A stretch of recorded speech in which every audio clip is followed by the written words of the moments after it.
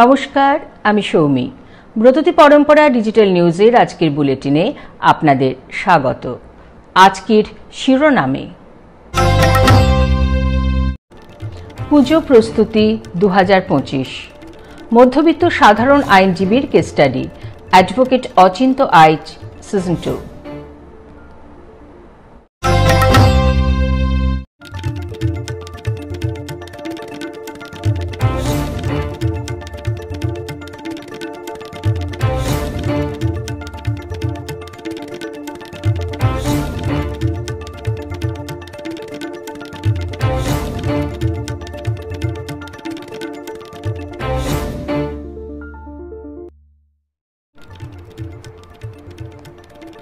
নাসার অন্যতম শ্রেষ্ঠ সম্মান নর্থ স্টার পুরস্কার পাচ্ছেন বাঙালি গবেষক ডক্টর গৌতম চট্টোপাধ্যায়।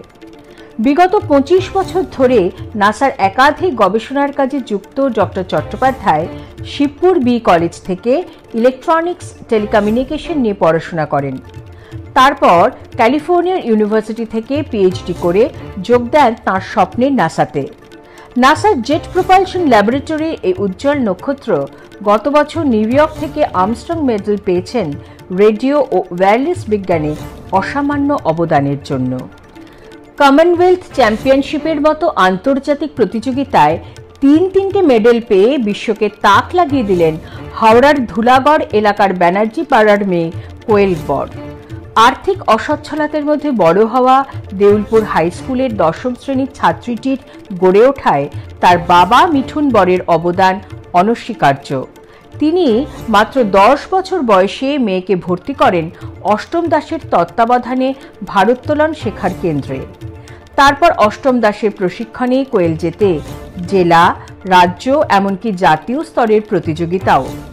এখন তার লক্ষ্য অলিম্পিক্সে যাওয়া। মাউন্ট ফুজি কেবল একটি পর্বত নয়, একটি সক্রিয় আগ্নেয়গিরিও, যার উচ্চতা 12,388 ফুট।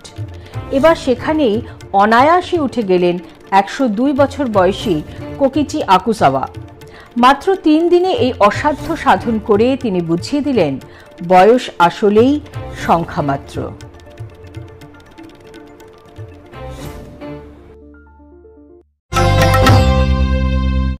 আসছি বিস্তারিত খবরে।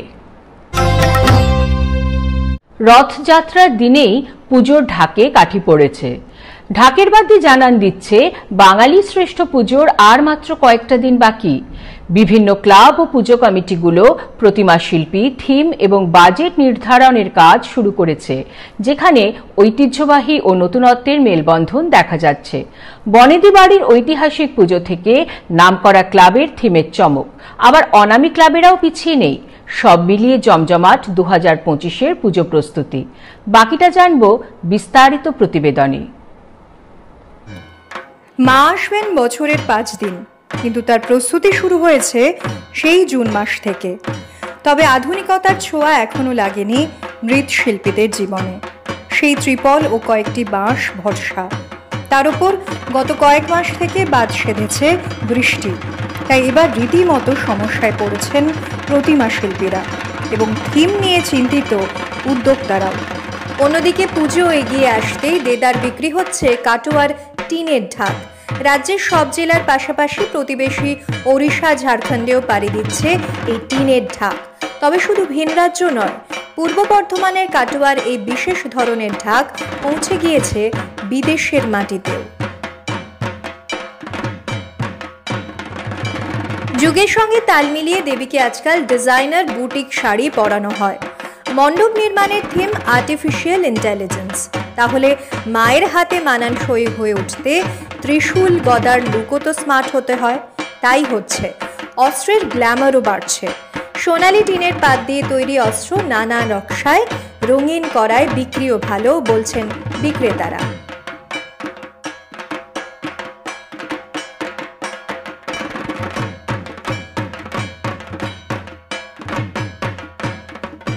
তবে এত দুর্যোগ সত্ত্বেও কলকাতার উত্তর থেকে দক্ষিণ বা জেলা সব জায়গায় নজর কাড়া থিম। কোথাও অরুণাচলেশ্বরের মন্দির, আবার কোথাও অপারেশন সিন্দুর। বাদ যাচ্ছে না বীজগণিত বা AI। শিকাগোতেও প্রবাসীদের পুজোর অর্ধশতবর্ষ উদযাপন, অর্থাৎ বোঝাই যাচ্ছে দেশ থেকে বিদেশ সর্বত্রই 2025-এর পুজো বিশেষ। নজর রাখুন আরও প্রস্তুতির দিকে শুধুমাত্র ডিজিটাল নিউজের পর্দায়।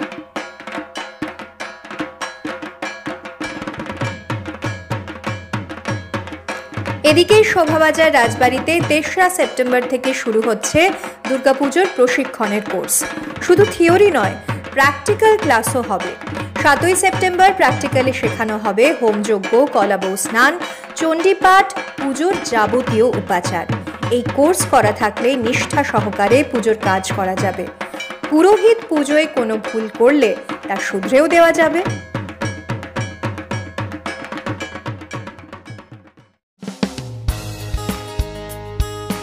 ব্রততী পরম্পরা ও কাব্যায়নের বিভিন্ন শাখায় অফলাইন ও অনলাইন আবৃত্তি প্রশিক্ষণের জন্য ভর্তি চলছে। কবির রোড, সল্টলেক, বারাকপুর, সোনারপুর, চুঁচুড়া, বেহালা, শ্রীরামপুর, শ্যামবাজার ও শান্তিনিকেতন শাখায় ভর্তির জন্য যোগাযোগ করুন এই নাম্বারগুলিতে।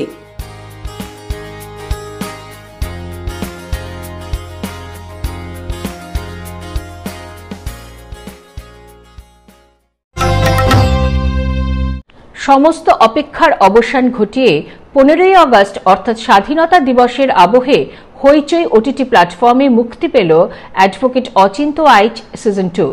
সেখানে একেবারে অচিন্ত আইচের সেই চেনা ছন্দে নজর কেড়েছেন অভিনেতা ঋত্বিক চক্রবর্তী। তবে দ্বিতীয় সিজন মানেই সেটা ঘিরে দর্শকদের অনেকখানি প্রত্যাশা থাকে, যা যথাযথভাবে পূরণ করার চেষ্টা করেছেন জয়দীপ মুখোপাধ্যায়। সব মিলিয়ে এই সিরিজ যেন বর্তমান সময়ের অহরহ ঘটে চলা ভয়ঙ্কর নারকীয় ঘটনার এক নিপাট কোলাজ, সমাজ চেতনার দর্পণ।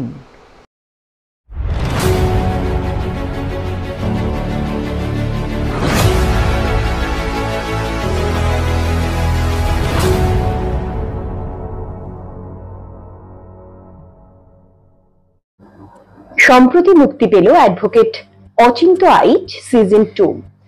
অচিন্ত চরিত্রটিকে দুটো সিজনেই শক্তভাবে প্রতিষ্ঠিত করেছেন পরিচালক জয়দীপ মুখোপাধ্যায়। একটি পর্ব দেখলে ক্লাইম্যাক্সের জেরে পরের পর্ব দেখার ইচ্ছা জাগবেই। অচিন্ত আইচের চরিত্রে ঋত্বিক চক্রবর্তী চরিত্রকে যথাযথ রূপ প্রদান করেছেন। পরিচালক জয়দীপ মুখার্জি একটি সুপরিকল্পিত কোর্ট রুম ড্রামা পরিবেশন করেন, যা শুরু হয় প্রোটেস্ট মার্চ দিয়ে, যেখানে বিচার চাই, অভিযুক্তের ফাঁসি চাই ধর্মী স্লোগান শোনা যায়, যা সাম্প্রতিক ঘটনার কথা মনে করালেও গল্প এগোনোর মিনিট 10-এর মধ্যেই জানা যায় এটি সেই গল্প নয়। এক আন্ডারডগের গল্প, যে কিনা আন্ডারডগদের হয়েই লড়াই করে। স্মার্ট দুধে উকিল বলতে যা বোঝায় তার বিপরীত মেরুতে দাঁড়িয়ে কেরানি সুলভ একেবারে সাধারণ অচিন্ত। এই ধরনের কমন ম্যানের গল্প যখনই দেখি, তা আমাদের শহুরে সোশ্যাল মিডিয়া নির্ভর জীবনে মেধা, বুদ্ধিজীবী, স্মার্টনেসের সংজ্ঞাকে বারবার চ্যালেঞ্জ করে। একাডেমিক শিক্ষা, মননশীলতা আর সংবেদনশীলতা যে এক নয়, এই সিরিজ তা বারবার মনে করিয়ে দেয়। 20 মিনিটের 7টি পর্বের সিজন 2-তে আপনারা দেখতে পাবেন যে কি করে খুন ও ধর্ষণের দায়ে অভিযুক্ত নিরপরাধ রণজয় দুলেকে অচিন্ত রক্ষা করে ফাঁসির হাত থেকে।